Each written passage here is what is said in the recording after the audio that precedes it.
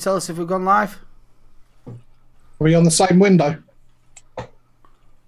Oh, look at that. Nope, 85 drops again. We are... It says starting and we're live. How is it, though? Is it dropping loads or...? I don't see it dropping frames. Nope, I don't see it flickering. Yeah, but it might just sort itself out. Though. No, calm down. Just let it calm down. Right, can people tell us if we're okay, if we're actually live, if we look all right, or? Yeah, we are live. We're in the same stream. I can't see any flickering at all. Looks and sounds much better. Yo, it might look a little bit dodgy. I'm so sorry, but we've just banged it so we can carry on with the show. There we go. Echo. Echo. There's no echo from me. Oh, There's no echo here. Everyone's got their stream muted. Yep. Aiden is 200% louder now. Is there any... Can you tell us if the echo's still there, or... I always look dodgy, I know. It's just the way I look. Are we okay? No echo here. Right, let's carry on with the show. Nick, you've done an absolute corking job, mate. I think it's just YouTube churning up. Right then. I'm 200% louder, probably too loud here now. No echo. We're good, we're good. We're back in the show. Right, I'll tell you what we were talking about, weren't we? Earlier about, obviously, the FDA and stuff like that with the flavours, and now they're saying... There were also a bit in there about it changing your DNA. Did you see that? I did, yes. I didn't quite understand it myself, did you? Or no, I didn't quite understand it. I've got to admit. No. You're absolutely fine, Nick. Hmm? Yeah, apparently the flavours are apparently changing your DNA. That were another FDA push on it. Yeah. I thought the best one was when they had that court that was in court in the session that they was doing. There was the youth side of it. Yep. And one of the guys turned around and said that vaping dumbs you down. Dumbs you down? It dumbs you down, yeah. It makes you a bit, you know... Well, I'm like that anyway. Yeah. Hi, J. Jerry. Yeah, we've all heard that, Matt. But here's the thing. Was that the study where they did it on lab mice? And essentially what they did was just blast them with pure nicotine for like hours on end and replicate what it was like for vaping for like 6 months or something like that? Well, it was same as the other one they did as well. They got one of the old clearamizers, you know, the ones that used to have the little wicks in them. They did that and did 1,000 puffs from it. How many times did you get one of them that did 1,000 puffs? Yeah, seriously, 1,000 puffs is like 2 days worth of vaping. And you don't, well, if you did 1,000 puffs on that continuously, you'd burn your wick out. So you're going to get all the horrible. The subs have gone down one. All the stuff that you get from the wick, you're going to not get a proper reading, are you? You never will. I mean, let's face it, they're using machines to do it, and a lot of the time, especially when they were using sort of like CE4s and things like that, obviously the computer side of it doesn't know when it's a dry hit. No. Or to that point of where, you know, you personally wouldn't have a draw anymore, you would change your wick. Yeah. Whereas that would carry on going and carrying on going. So there's that as well. So yeah. You can't replicate data. That's what I'm getting at here is you can't really replicate data. You have to do an actual long-term study. You can't just blast something with nicotine and expect to get the same results as actually doing it over the course of time. Well, wasn't the one that's just been brought out about heart attacks? That it's increasing heart attacks, but the way that this study was done, it was based on an average. It wasn't a proper science. It was more like a project than anything else, but it's gone out now as a project, as a proper science paper. And it was basically, if I remember rightly, I could be wrong, don't get me wrong, that basically how they worked it out, that for argument's sake, that you was a smoker for X amount of years, and in that time you had a heart attack, but now you've started vaping, it still classes that you had a heart attack, so vaping could be included with the heart attack. It was a general study, but it's been turned, the actual information has been turned around to be a scientific case study. Nicotine itself, I mean, it's a drug. At the end of the day, it's a drug just like caffeine or anything else, and it's a stimulant. So stimulants, what do they affect? Your brain and your heart. So, of course, we're not talking about harm elimination. We're talking about harm reduction. At the end of the day, our products, these vaping products, are harm reduction products. They are 95% safer than smoking traditional combustible cigarettes. And that is the main point. We're not trying to say this is perfect, go everyone vape, everyone vape. We want to convert the millions and millions of people that are currently smoking to a better alternative for their health. Nick, did you touch on it? I don't know whether you touched on it. I don't think it were you. In fact, I'll ask you the question. Do you know your insurances? You know, do you get asked whether you smoke or vape? Now, Mark, you had this, didn't you? About where they said if you're vaping, you're still classed as smoking.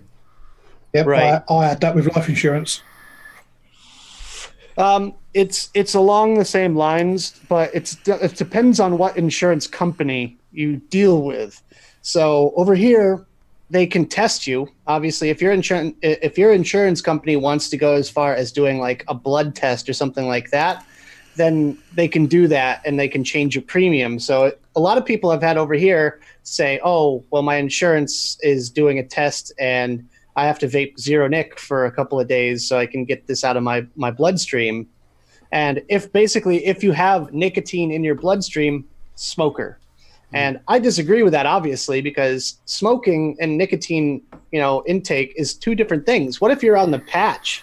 That's not a smoker.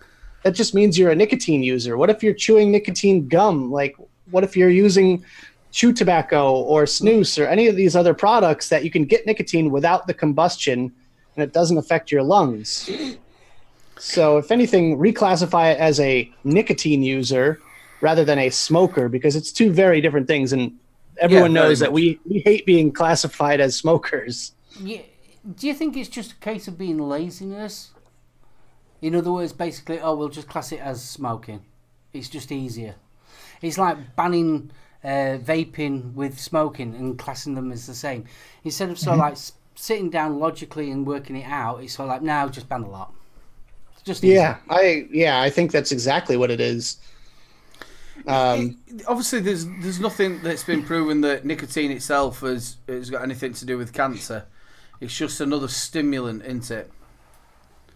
It's no more harmful to your body than caffeine at the end of the day. That's what I was sort of like pushing to. So they could say, how many cups of coffee a day do you have? And you're not smoking. Caffeine is sold over the counter to minors constantly. I mean, look at energy drinks. They're really pandering towards kids and everything like that. I mean, how many young people drink massive amounts of energy drinks, which have like a ton of caffeine in them? And how many adults drink 3 cups of coffee a day? Don't you think it would have roughly the same effects on your body as vaping? Yeah.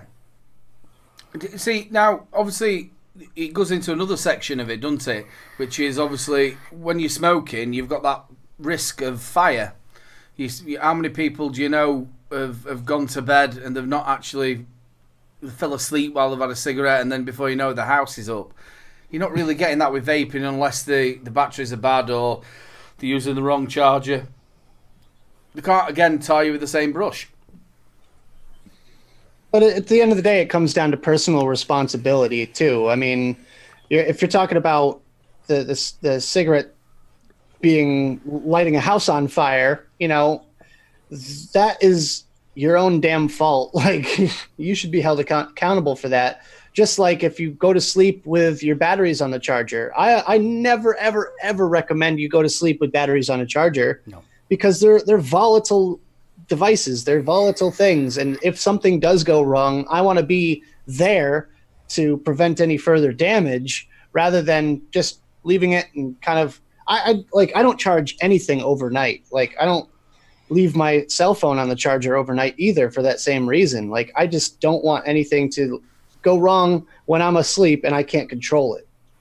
Many years ago, there was a girl in the newspaper, and she was charging her, it was like an ego pen, under a pillar. And that went up. Come on. Why would you charge an ego pen under a pillar? Oh, over in the UK, actually, there was a woman in the UK that had her ego battery plugged into an iPad charging like wall plug, and she was at the bar because she was like the bartender, and she had it plugged in near the cash register, and it blew up on her. And that was that was one of the earlier famous exploding e-cig stories. But at the end of the day, she plugged it into something it was not meant to be charged with. It shouldn't be charged with an iPad charger. It needs a 5-volt at 1 amp charging plug. I've also found on a few of them as well, you know, like you've got your USB cables that come with certain mods. You can't charge them with certain other mods.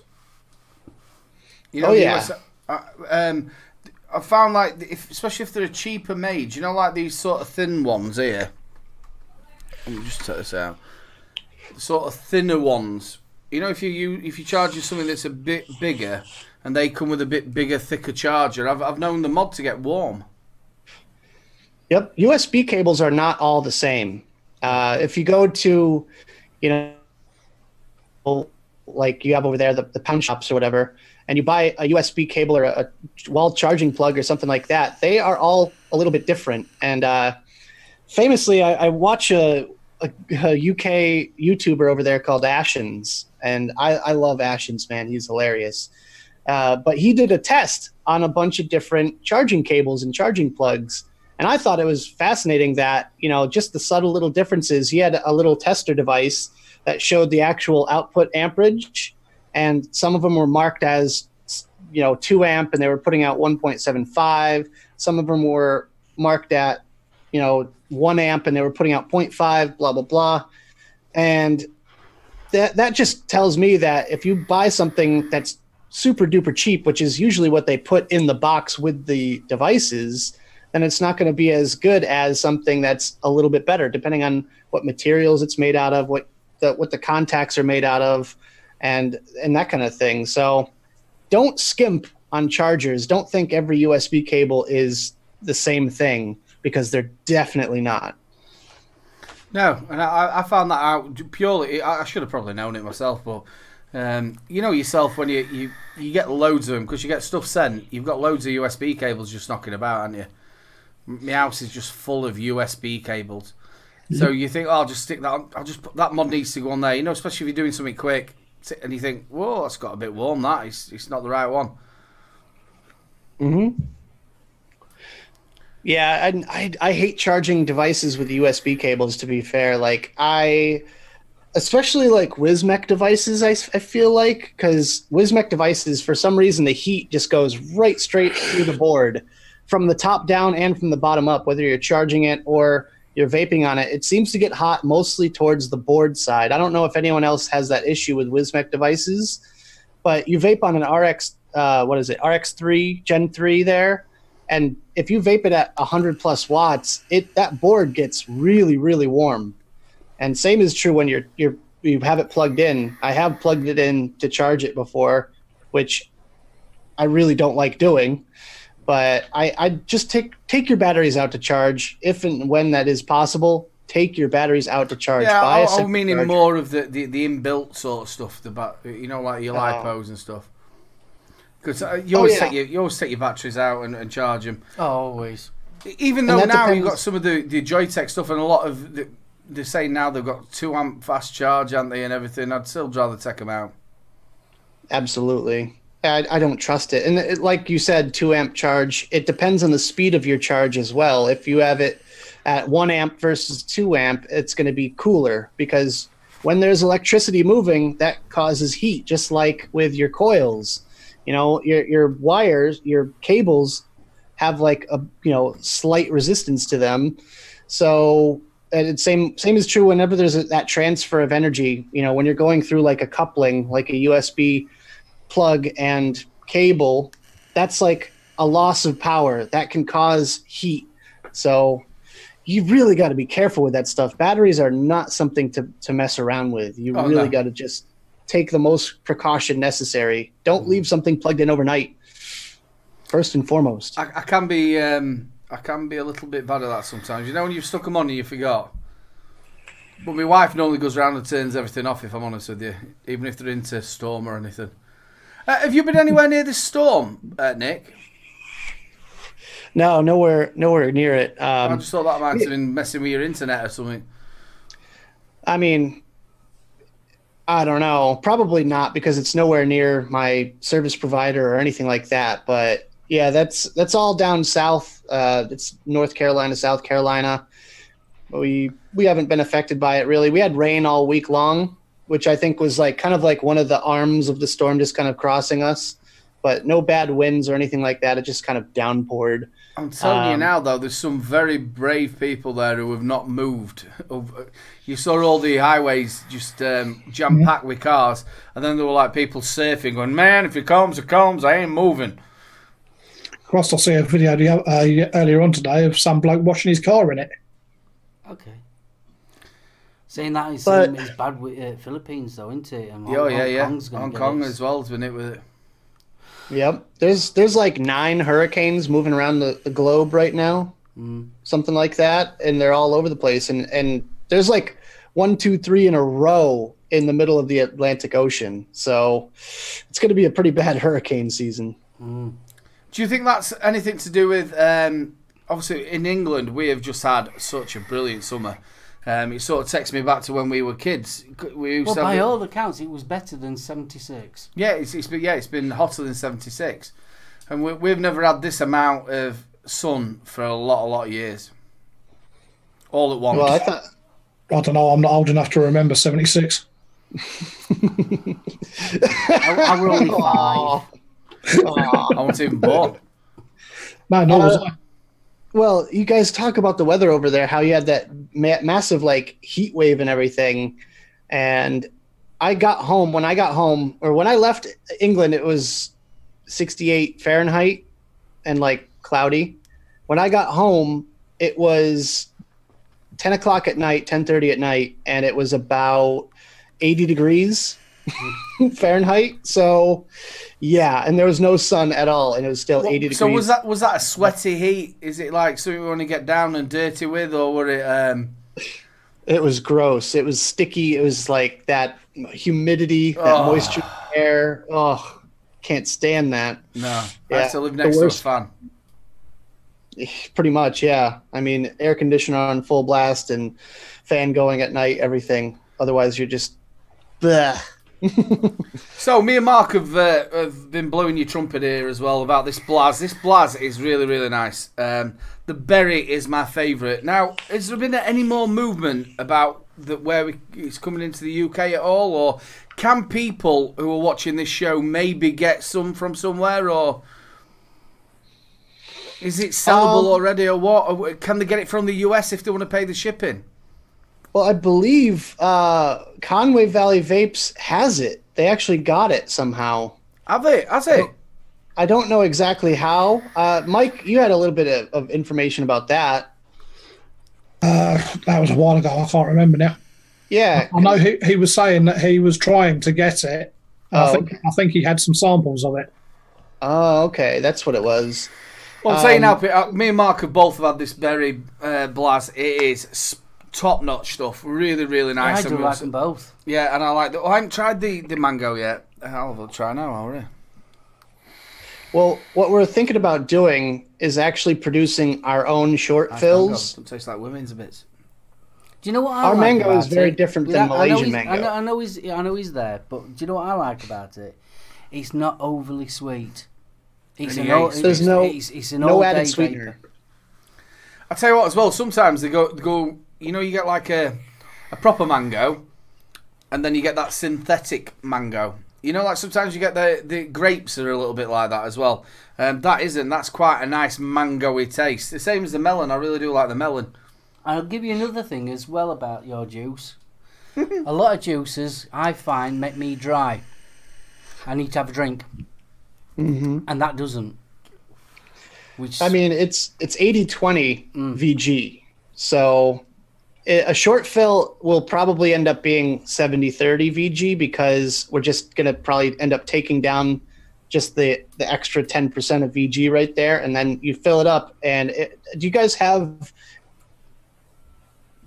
VG-based short fills or nicotine shots? Yeah.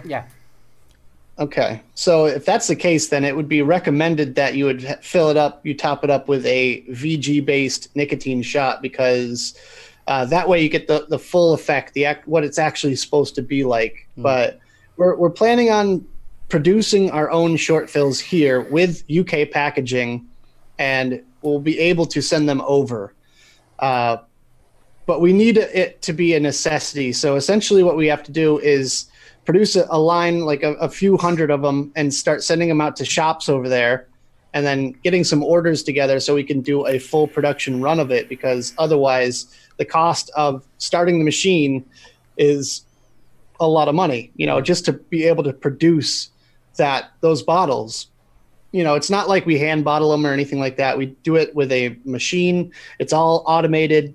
You know, it's all like pre-measured and everything. Every bottle is exactly the same for that reason. So we have to basically get different bottles to make it easier for you to take the caps off, new labels so that it's compliant, and also distributors in the UK. So that's kind of the steps it's going to take to be necessary to get over there. And I really want you guys to have it. Trust me. Mobro likes mongos, apparently. He's got some mongo in his life. Do you think he's been hanging around with TVP too much or what? I think he has, yeah. You mongo. At least he didn't say melt. Melt you fucking or anything else for that matter. He did do it. Did anybody see his post earlier on today about him looking like Jack Sparrow? What? Did you see? Mo got dressed up. Mobro got dressed up as Jack Sparrow. Oh boy. It did, yeah. He had everything. It looked good. I liked it. Mo, can you please post that in the Savs memes group? I would greatly appreciate that. He did. He looked good. He had a bit of a drink with him as well. As he typically does. Bit of the old ram. He had a bit of the old ram. He did. So, is there any moving on your maybe a little bit of hardware that we talked about a couple of weeks back? Has there been any move on that, or? Still kind of in the what would you call it? I'd say like an alpha stage, basically. You know, design staging. We're kind of going back and forth on a few things, and I'm trying to figure out what I want to do with the posts, because I need something that I want to vape. And I also don't want to clash with any other design going on from that company. So I'm trying to like mold it into something that I'm happy with, something that you'll be happy with, and something that's not going to step on other people's toes, which is kind of difficult. But yeah, I should have, I'm going to hope to have some prototypes done up by Expo. That's like, I'm double fingers crossed on that one. I see Goober.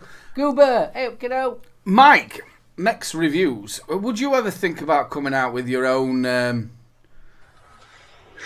Oh, just coming out? No, I'm definitely not coming out.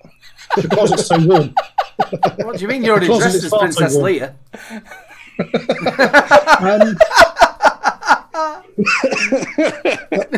Use the force, Mike. Use the force. No, if I use the force, it would be the other end. Oh, God. Please don't. Please don't. Yeah. That would be the squonking force. Oh. Who's pushing your ball? You don't want to know. All right. Is Jay there with you? Is Jay All there? I'm going to say is it's not Luke. Is that because you're his father? I want to see a Mike's mech. Mike's mech. Oh, Yeah, definitely. Well, I've got ideas for mechs and for RDAs and that, but it's whether companies would be interested in me giving them the design. Do you know what, sort though? of thing. I can give a little bit of an insight to what it's going to look like. It's going to look like a tube. or maybe not. You never know. No, it's not actually. What, you want a square mech? It's a series box. Ooh. Me likey already. It's what happens when you really like something, you clap. Yeah, that's my What little... a cracking pair of... Go on. that's my little excited But yeah, I've got some designs. Really? Drawing form for a series mech. Here's Mark. It is a hybrid series as well. So what do I think to it? Hello. Hello, Brian. I tell you what, let's go down to the table and see what we think. Cue the music. Spider vapes, yes, I have tried the Dreamer. And Carl Brandon, that thought had crossed my mind. He's posted his Jack Sparrow in the main group. Oh, nice. I like Grimmy. He says 10 times 21,700 series. You're a maniac. Yeah, I'm not into vaping briefcases. Considering but what you've both turned around and said just now, both of you, not standing on toes and things like that, do you think that we have actually come to that pinnacle point of there's not going to be that much RDA is going to be different from any other RDA, and not mech mod going to be different from any other mech mod? Do you think we've reached that point?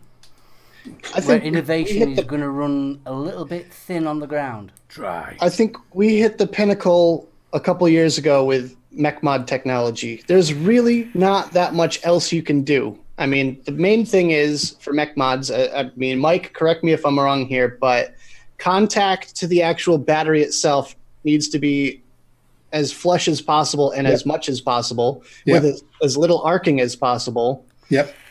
And other than that, it's just little minor tweaks in safety. You know, I really like the Delrin line to a lot of these mods nowadays, just to add that little bit of safety to it. I mean, telescoping is a thing, stackability is a thing, as with like the Enforcer mic and things like that.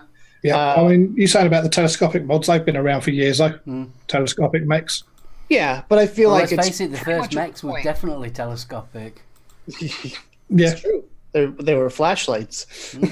Or the Camry K100, remember those? Oh, yeah. Oh, yes.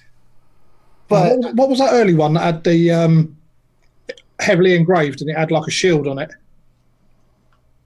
I can't think of the name of it. It began with an F, I'm sure it did. I know the one you're talking about, Mike, but it's... Should we just call it the flippant? The bloody it's cold now. But as far as like RDAs and RTAs and that kind of design, I mean, we pretty much have like how many more post designs can you possibly even have? Everything's going to be somewhat close to something else. We're kind of just like overlapping, but changing one little tiny detail. You can't get away with, though, it is a bomb. To be honest, when it comes to mechs and that, the only thing that's going to be so-called innovative is the aesthetics of it. Yeah, I mean, you can design the switch slightly differently to other mechs, but you know, it's basically just the aesthetics that's going to make them stand out from all the others. Aesthetics? CBD. Hey? Aesthetics? What was the one that we all tried when we were at London? That from Purge. Slam pace. Oh, the slam. Purge slam pace. Oh man, that hits like a train. Everybody made the same face, didn't they? Went round everybody, and I'm like, "What are you making that face for?" And you went, "Wow!" Yep. And that was a and that 0.2 hit like a build as well. train. That was gorgeous. That was a 0.2 build as well. How much was it? About 280 quid. About that, yeah, 275, 280, something like that. people, if you've got that money to spend, go get it, because that was absolutely brilliant. Yeah, but but I do think bomb. that was actually the show price. Do you know that one that you've got there, Nick? Can you remember when you were a kid, you used to get them things where you tipped them upside down, they went... zoom, zoom. That's what it looks like. Looks like my kids have been pulling on my shirt screens. I want one of them for £3. This thing retail-wise, I believe, is $450. Yeah. So it's about £375 over it. Yeah. Yeah. I mean, that's with the stacked section, though.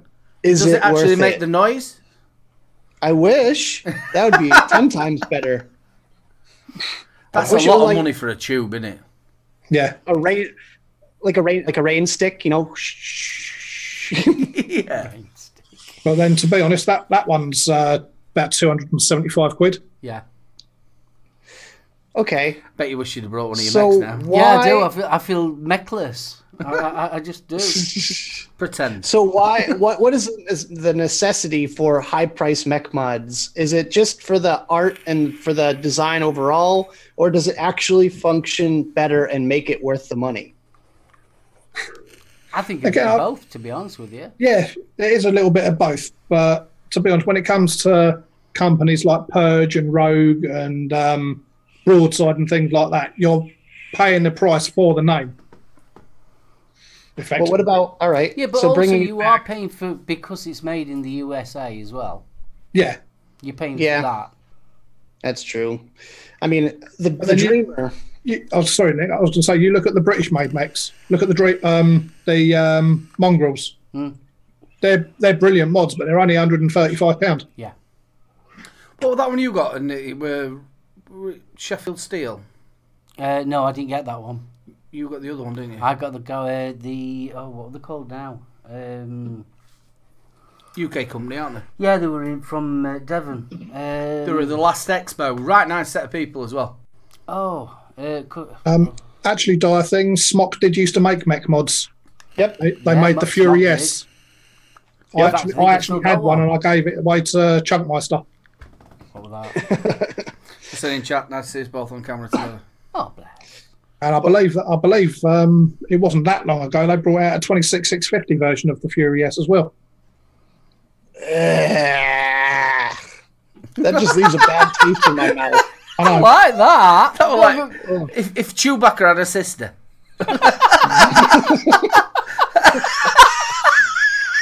Right.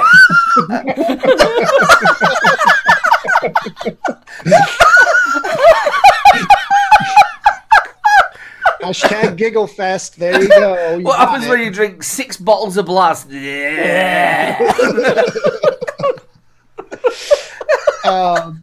I was going to say, what about the Dreamer? You know, the Dreamer is a nice, affordable mech tube that is really hard hitting, and it's made in China. What are your thoughts? Do you know what? Obviously, I know nothing about mech mods. You've got my brother who's way into his mechs, and you've got obviously my mechs. Both of them know a lot more than me. But it was so nice being with Stan at the last expo, and we all sat together, and he was so into it, and he was talking about how the different stacks, different batteries, how he's changed the design on it. It was just so nice sitting to somebody who's designed this. All right, it's gone to China, but he designed it. He did his own work on it. And it sounded brilliant what he were on about. I didn't really understand most of it, but... Yeah. But again, the mod might be made in China, but the quality's there. And it's designed in America. You know, it's like Jabo. Jabo was an American designer working for a Chinese company. And, I mean, he has a certain level of expectation about his products. And I believe Stan is the same exact way. Stan uses his own products on a daily basis, and he wants them to be what he likes and how he likes them to function. And I believe that China was able to deliver on the quality factor while still maintaining a fairly decent price point for it. So, I mean, best value in vaping is probably the Dreamer mod, in my opinion. Yeah. Well, the thing is, though, if that same mod with the same design and everything was made in the States, you know that it's going to cost you more. Not because it's any worse or anything like that. It's just literally economics. Yeah. It's literally all it is. I agree. I think they're roughly about 70, 80 pounds here in England, aren't they? $64.99 on Vaping 101. Ladies and gentlemen, if you want to, obviously make sure you know what you're doing when you're getting a mech mod. It is a bomb. Well, obviously, yes.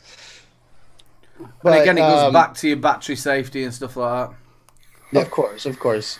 But like as Mark said, if it was made in America, it would cost 3 times that amount because it costs more to pay ourselves in labor. Let's say, for instance, if Stan owned his own vape shop or owned his own machine shop and was making these things, I mean, the equipment costs, $1 million+ for a 5-axis milling machine.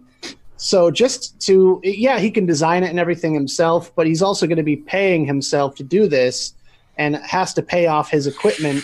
And it's going to be a 1-man or 2-man operation. It's not going to be a whole team of people cranking these things out in China, So it would cost a lot. He would probably be paying himself like, $100 an hour or something like that, or, however much a week, for instance. So you have to make up that money somehow, and it's going to kind of reflect in the cost of his devices. But let's face it, a lot of American designers, and we'll call them designers, do that for the simple reason it's just pure economics and business. The cost of making, the cost of OEMing your own product, even in China, if you are paying the company to come up with the prototypes and all of that, the cost of that can be $50,000 or more, So it doesn't make much sense for a reviewer or a designer to just go, I want to just make my own device. I want to put my own name on it. It's easier for them to approach a company and say, hey, listen, I have a whole book of designs here. Do you want to work with me on these? Obviously, I'll get a chunk of money. You'll get a chunk of money. Everyone's happy. It just makes more sense to do that. So, I mean, there are outliers, of course. For instance, 528 Custom Vapes. They are one of the top people to design something in America and basically have it made in China. Mm-hmm. And then it's 100% their name on it. They don't put another company's name on it, whoever was the ones that are manufacturing for them. There's no hint of that on their products. They're just sold as 528 Custom Vapes. Well, you've got Rig Worldwide as well, haven't you? Yeah, Rig Worldwide is partnering with a number of different companies to produce their products nowadays. They have one from Witofo. They have one with, what is it? Was it Dovpo? I can't remember. But they're all over the place. Yeah, Spider Vapes Limitless has not long come out with another new mech. Yeah, Limitless. I don't know, man. Yeah, it looks quite a budget mech. Also, Spider Vapes, well done, mate. Subscribe to Mooch for all your battery safety info. Mooch, brilliant bloke. Absolutely. And he's doing mech mod testing too. Oh, you've seen his mech mod testing. They're awesome. Yeah. If you're a bit geeky when it comes to mech mods, he's so worth having a watch. He does thermal imaging and everything. Honestly, it's brilliant. So worth. Worth. You said worse. Worth watching. Yes. It's worth a watch, he is. I mean, and he's just doing this, and he's basically all on his own. I mean, he's got a Patreon. If you really love batteries and battery safety and the nerdy spec testing, and you want to get a little bit of this information early, then become one of his patrons, because he could use all of our help. And I think we owe Battery Mooch a debt of gratitude for what he's done for this industry. Oh yeah. Yep. Chunkmaster's saying about the clone of the Slam piece also being out before the authentic. Go figure. Yeah. I know that Chunk will know as well. What sort of price is it, Chunk? Well, I also know that Purge and Rogue have gone after a couple of companies that have been selling clones of their mods as well. I do believe that Purge has now got the EU copyright and all that lot now, and that's why they're doing it. $28. $28. Well, Mark, here's a question for you. Actually, I think you should field this one because I've seen a lot of your videos where you review the styled devices, we'll call them. You know, the Enforcer style mod and all that. So I like that silver-plated style one. What are your thoughts on clones versus authentics? Right, my thought of it is this way. You can buy baked beans. You can buy Heinz baked beans, or you can buy Best Buy baked beans. They're all baked beans at the end of the day. Bastard beans. Or Bob Bastard's beans. I would say probably about 3 years ago, 4 years ago, I would probably go against buying clones. For the simple reasons they were really, really badly made, thrown out from China, really bad. But clones nowadays are coming pretty close to the originals. Pretty close. But it's all down to money. Literally, at the end of the day, if you can't afford 300 quid to buy a mech mod, then what's your alternative? You've got to go for the cheaper version. I just wish the clones didn't have the name on it. Yeah. Out of all of them, I've got an Enforcer clone, and I tell you one thing: compare it to the original, you're gonna struggle. You really are gonna struggle to see the difference, weight-wise, performance-wise, and everything. You are gonna struggle. But I wish they just didn't have Purge on it or Enforcer on it. Yep. I don't mind clones whatsoever. If there's a cheaper version of that style, yeah, that's fine. But it shouldn't have no branding on it. See, there is another point to look at this as well. Is all right, that's fair enough. People can't afford to get them, but you're still taking somebody's design and just taking it. Does that make sense? That little bit of it, you know, like if you're using their intellectual property. You designed that and made it a little bit better than everybody else. You can always go to the coily. Look at the coily and how other companies have jumped on it. Even the first person to do it. Yep. Oh yeah, it's a very grey area, and I do feel for companies that they've took all the time to design it, all the beta testing and all that lot, and they've really gone into it, and they've spent some serious hard-earned cash to come up with a new product, and then all of a sudden China's throwing them out 10 to a dozen. Yeah. But it's as a reviewer, they are worth reviewing because it gives people the opportunity to know what they're actually buying, if it's any good or if it's not any good. Yeah. So that's the way I look at it. I'm as a reviewer, I'm not just saying, oh, look, buy clones. I know. It's more of a case of, if you're going to buy a clone, this is what it's like. And that's my point of view of it. But it's down to pocket money. In the end of the day, people are on budgets and they can't afford it. And it's I buy an authentic once a year. I only buy once a year, and I have to save up for it. I'm not on big money or anything like that. Now, my last one was the truck. I bought that at Expo, and that cost me, was it £270?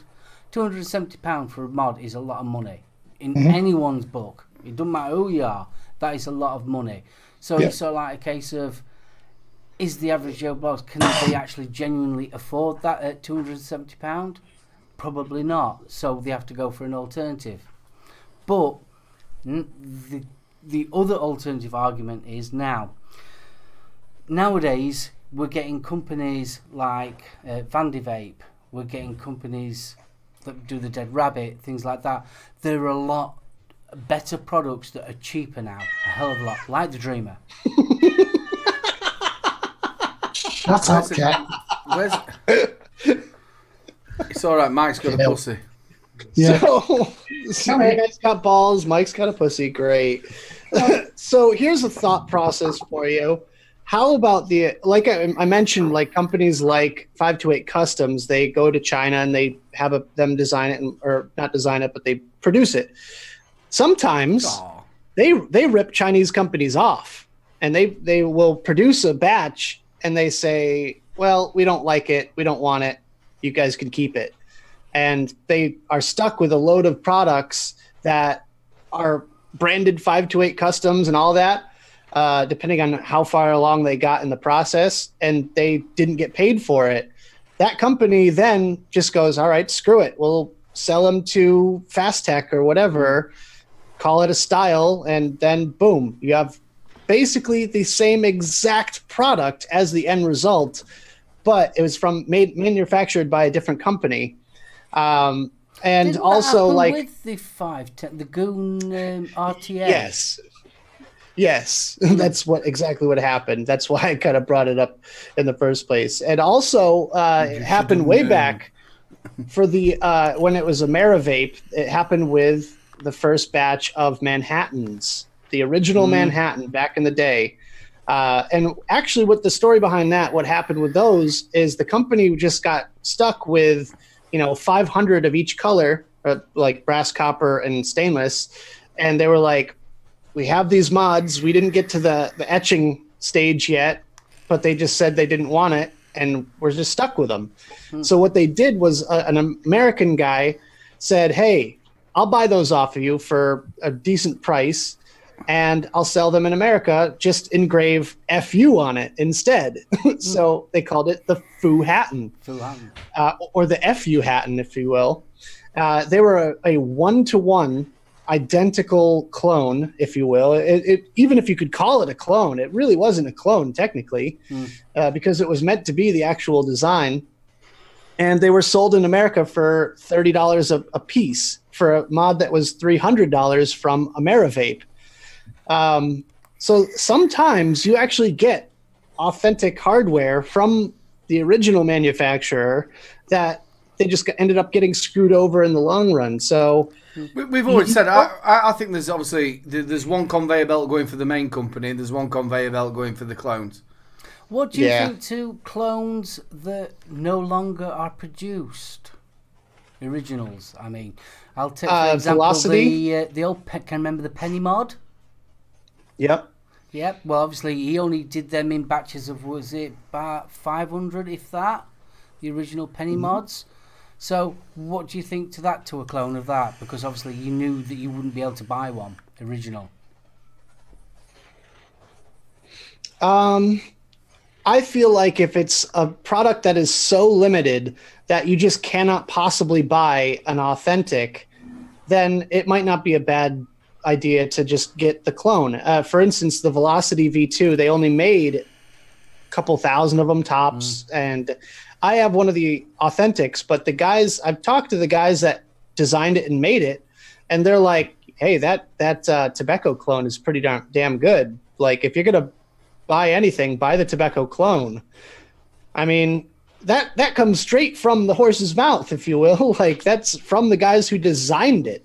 And they also thought it was really funny how everyone and their mother was using the phrase velocity style at that time. Whenever it was a velocity style deck, they're like, oh, velocity style deck, because they came up with it. They reinvented the industry in that sense. That was the birth of the two-post. And I just think that's funny. And Ken actually asked earlier, he said, will I be offended or mad if they clone my RDA? No, because at the end of the day, it's going to allow people that are not able to get the real deal a chance to at least kind of get the sense for what I was going for. And imitation is the sincerest form of flattery. So thank you. But I'm going to have it priced at the point that you really shouldn't have to buy the clone, because it's going to be recurve. Yeah, exactly. What is the point of buying a clone of something that's $30? Yeah, exactly. Really? Well, that was my point with, especially with RDAs now that are coming out. RDAs that are coming out nowadays. I mean, go back only a few years, and you only have to go back a few years.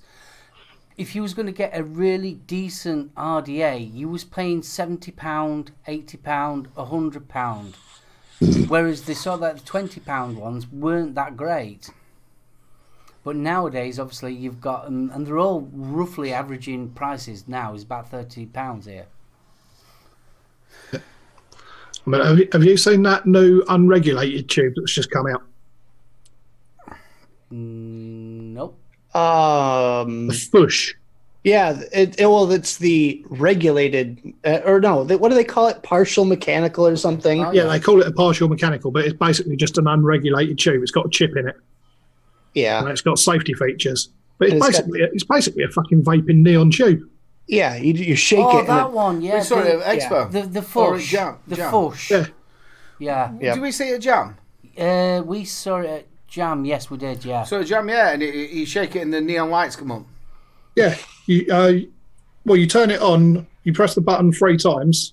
And it goes multiple colours. It does all that, does all the different colours. But then you just shake the mod once and it changes colour. Stan's got one. It looks ridiculous. Yeah. I can't see the point of that. Not unless you're vaping at a rave. Does it have safety features, though? Like if you build too low or anything like that, does it have a safety? Apparently, it fires down to 0.08. It's not too bad. So... And it's 18650 only. Yeah, if you build a 0.09. Yeah, but even 0.08 or whatever, like that is too low for an 18650. Yeah. I mean, don't get me wrong. When I first started using mechs and that, yes, I know I was stupid and I used to go that low. But now I don't go below 0.11. Yeah, that's bad. Yeah. Which even that is still pretty low for an 18650. I mean, really and truthfully, for an 18650, 0.14 should roughly be the lowest. And your head bigger than mine. I think it's because I'm nearer the camera than you.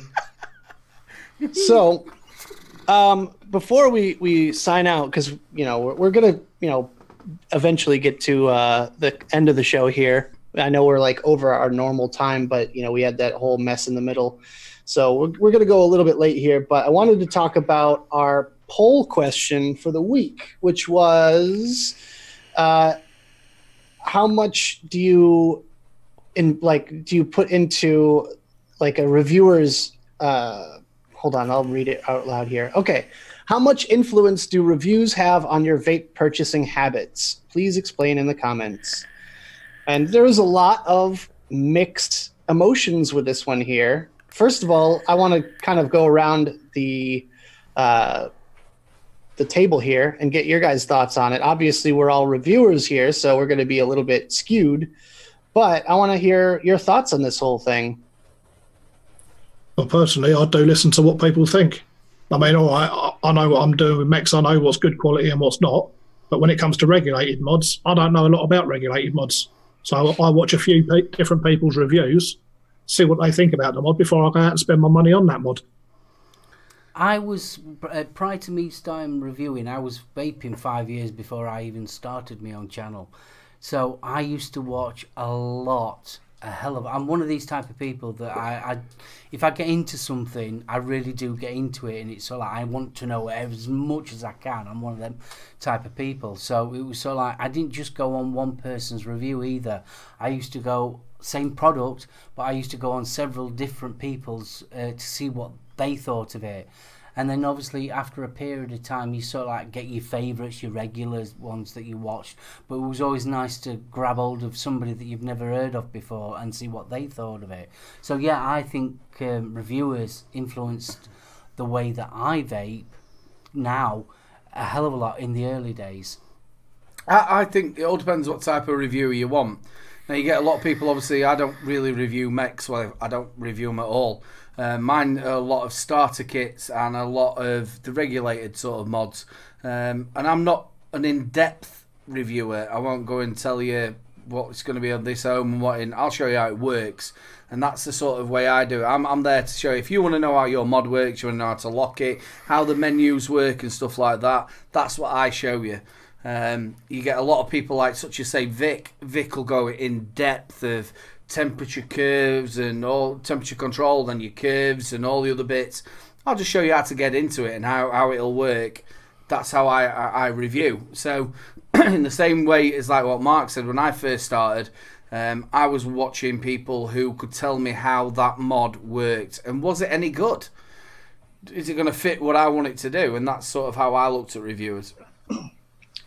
So an interesting point got brought up in the comments of our poll, which I'll just say that the results right now came in the options were a lot and not much. So 72% said that they have a lot of influence from the reviewers on their purchasing habits, and 28% said not much. So it's kind of going along with what I was thinking. Actually, I expected more like about maybe 90-10, but a few more people said they don't really care what reviewers have to say. They just go and buy the product anyway or what have you. And an interesting thought process got brought up in the comments section here. It said, whenever you're watching a reviewer, I'd rather have the opinions of someone that's actually paid their hard-earned money for the device over someone who's gotten it for free, because to them, it's like nothing. You know, it doesn't mean anything, and they can just as easily slag it off as they could praise it, and especially when there's money involved in the review. So whether or not they actually were paid for this review, whether they were compensated in any way, shape, or form for doing the review, et cetera, et cetera. And my thought on this, and you know, there's obviously a bunch of replies and everything like that. One interesting point of view was that a reviewer can know the product better because they have 6 other devices that are similar to it that they've already reviewed. And they have more of a perspective on what is good and what is not as far as what they like, obviously. You know, it is, at the end of the day, subjective. But they have a more broad spectrum of an idea of what's going on in the industry and comparing and contrasting specific devices over just kind of going, yeah, I bought this one and I really love it, you know. And if you pay for something, then that also influences your thoughts on it, because you want to tell yourself that you made a wise decision and not just wasted your money. So you're going to make it, try to make it worth it. So thoughts on that? See, do you know, just while you've got that, I'm sorry to say something. If you watch a lot of the reviewers who have grown, there's a lot of reviewers who are around us. When obviously Mark's been doing it a lot longer than I have, but reviewers who are around me when I first ever started, it was probably at a lower rate of subs and stuff, and they wasn't getting loads of things in, and they would review a mod that was, say, reasonably priced, a little bit different to what they'd review it now. You know, because they've ended up getting a little bit more of the high-end stuff, and they're like, wow, this is absolutely amazing. But then when you're getting like the stuff that's a little bit cheaper, which you've got to think that's got to be mainstream, like, oh, this is absolutely pants, it's no good. Now, you can't, the way I try to review is, you can't review something that's in a price range of, say, £40 to something that's in a price range of 150 in the same way. And a lot of people say to me, you never dislike something. Well, I'm not there to overly dislike something. I always try and do a shit sandwich. I always try to give you the good points about it, and I always try to give you the bad points about it. Because if that fits your pocket, unless it is really, really bad, then I will tell you that it is really, really bad. But if it's just a middle-of-the-road mod or a starter kit, then I'll tell you that it's a middle-of-the-road starter kit. But you've got to, as a reviewer, I don't get the high-end stuff, but I think if I did get the high-end stuff, I'd still review the same way as I do now. I can't put something like a Vaptio Captain to something like what's the a Yeehee, you know, the chip Yeehee, what they're called? On a G-Toss. Yeehee. Yeah. And I can't put it to the same thing, can I? Well, why not? They both do the same thing. Yeah. Yeah, no, but I agree with you 100% there, though, Aiden. I'm not going to put one device that's cheap and, you know, meant for a beginner versus something so high end. I'm going to compare it to the other things in that sort of class. Yeah. And I also give my personal opinions on it. You know, for instance, like, I really did not like the cap locking mechanism for the drop dead. I really didn't like it at all compared to the actual drop, because with the drop, it lined it up perfectly every single time. There was a visual representation on the outside where it just goes boom. That's where your airflow section lines up. That's where your cap goes. Job done. No adjusting it left and right. None of that. And I got a lot of, you know, people hating on that video because I said that. But at the end of the day, that's my opinions on it. You know, you can find value in that, but I just don't. Just want to say something about that one. That's what I love about watching different reviewers, because at the end of the day, we're just Joe Blogs. We're not anybody special or anything like that. We're just Joe Blogs, and it's our experience with that product. Now, all three of us could have the exact same product, and I guarantee you that we'll all find something that we do like.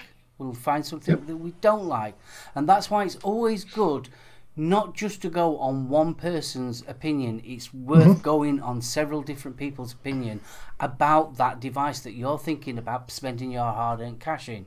Yep. I mean, for instance, that mod, what's that retail at? That's 35 quid. 30 quid, isn't it? Yeah. 35 quid. Worth every fucking penny. It is, yeah. I love It's it. such a good freaking mod. It is unreal. I mean, that was sent to me from Eco Vape. Yeah. Yeah, Eco you'd Vape. buy Yeah, it, Eco Vape Vape. sent it. But that's why I also say whether or not I would purchase something. At the end of my videos, I go, all right, so is it worth purchasing? You know, would I buy this product if I didn't get this one? And a lot of times, you know, it's a yes and no kind of thing. So it's like, yeah, hell yeah, I could definitely see value in this. I would buy it for myself to use, or just no, it's just not for me. But if you like this sort of device, like a mouth-to-lung RTA or something like that, that I'm not too big into, but there is a whole group of people out there that really love that sort of thing, I'm going to say no to it for me. But then I'll say, but you should try it out if you think you'd be into it. Yep.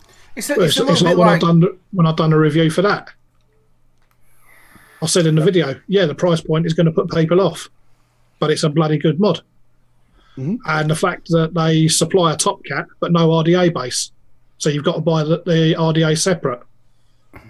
You know, I mentioned that in the review, and I've said I came to reviewing through Juice.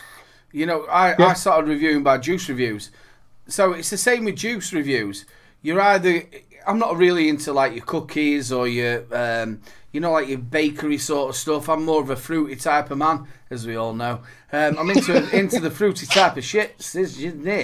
But do you know when I'm vaping it, if it tastes alright, and I think, well, do you know, if you are into this sort of vape, it could be one for you. For me personally, it's not one for me.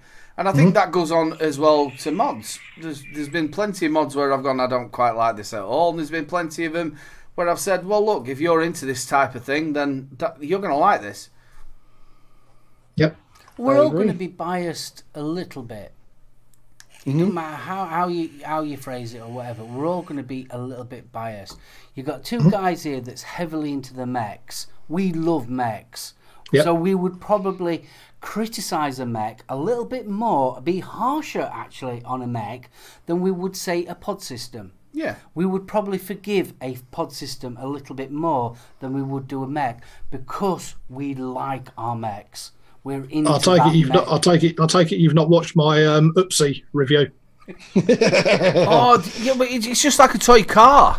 I have watched your Oopsie.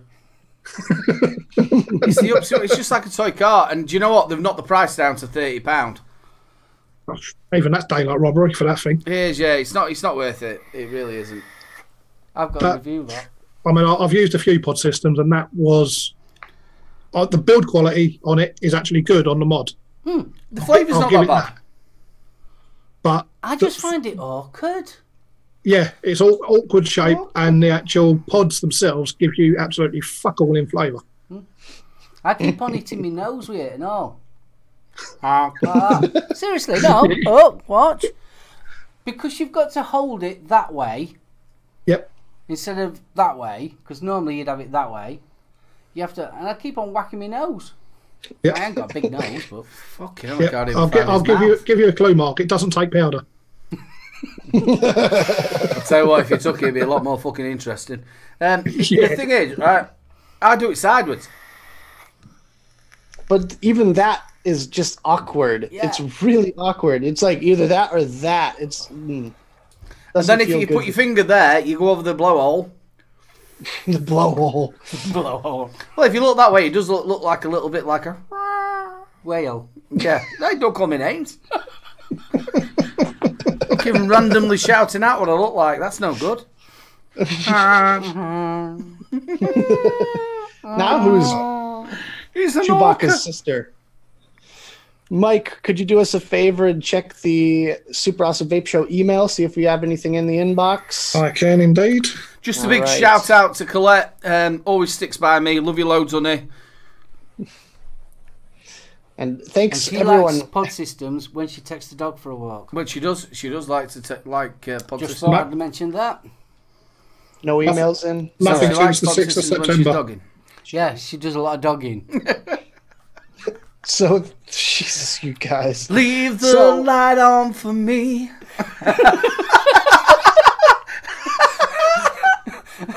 So, anyways, if you guys have any questions for the panel, if you have any general kind of topic ideas, anything like that that you want to send to us, feel free to send us an email, superawesomevapeshow@gmail.com. And we will be checking them at pretty much the end of every show so we can cover whatever you guys want to talk about there.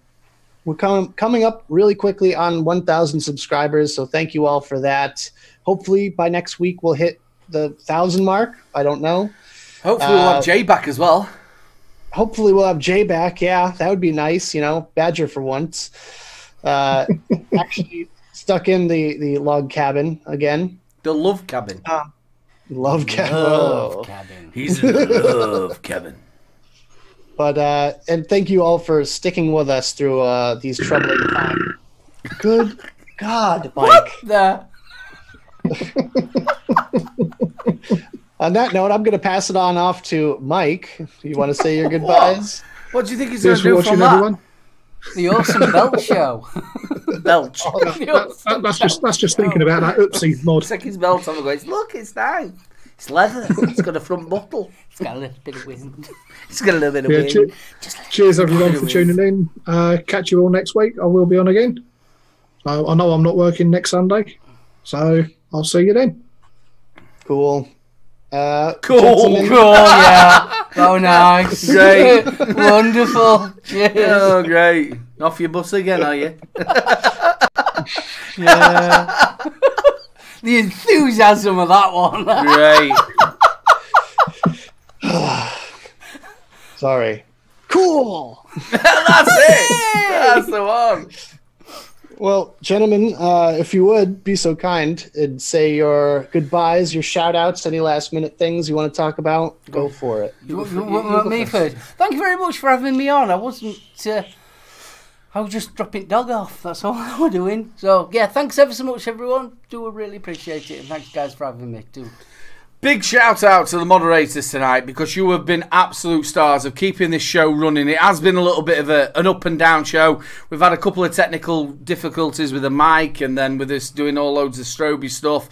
Big shout out to all the moderators. Also, Mama Jules, love you loads. She just dropped her vlog out. Really? So go and check her out and go and give her a subscribe. It wasn't painful. Also, ladies and gentlemen, please get over to my wonderful brother who is absolutely amazing, solome.com. Go and give him a subscribe. He's an absolute corking reviewer. Love him loads. Thank you so much for being on, mate. It's So nice. alright. Make sure you do go over and give him a sub. Also, the wonderful Nick, Vape TV. Absolutely brilliant, mate. Make sure you go over there and subscribe to him. And the wonderful Mike Vapes. As well as Vapes. Mike Vapes is brilliant. Mike Mechs. Mike Vapes. I like Mike Vapes. I like Mike Mechs as well. It's a bit like Aldi, isn't it? You know, like you go to... I like Mike.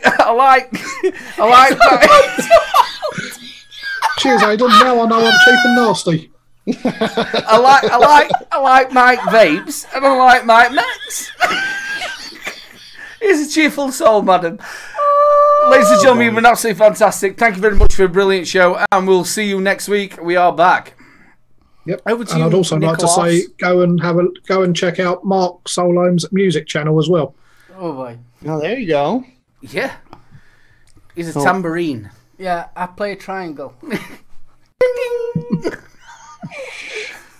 Oh, Nick's gone blue. And I've gone blue. You know what? Let's just end it here. Say goodbye, Nick. Well, you have control over the button, so Oh, yeah. I forgot about that. you have to do it. Say goodbye, Nicholas. Bye. Bye. Bye. Love you loads. Bye. Goodbye.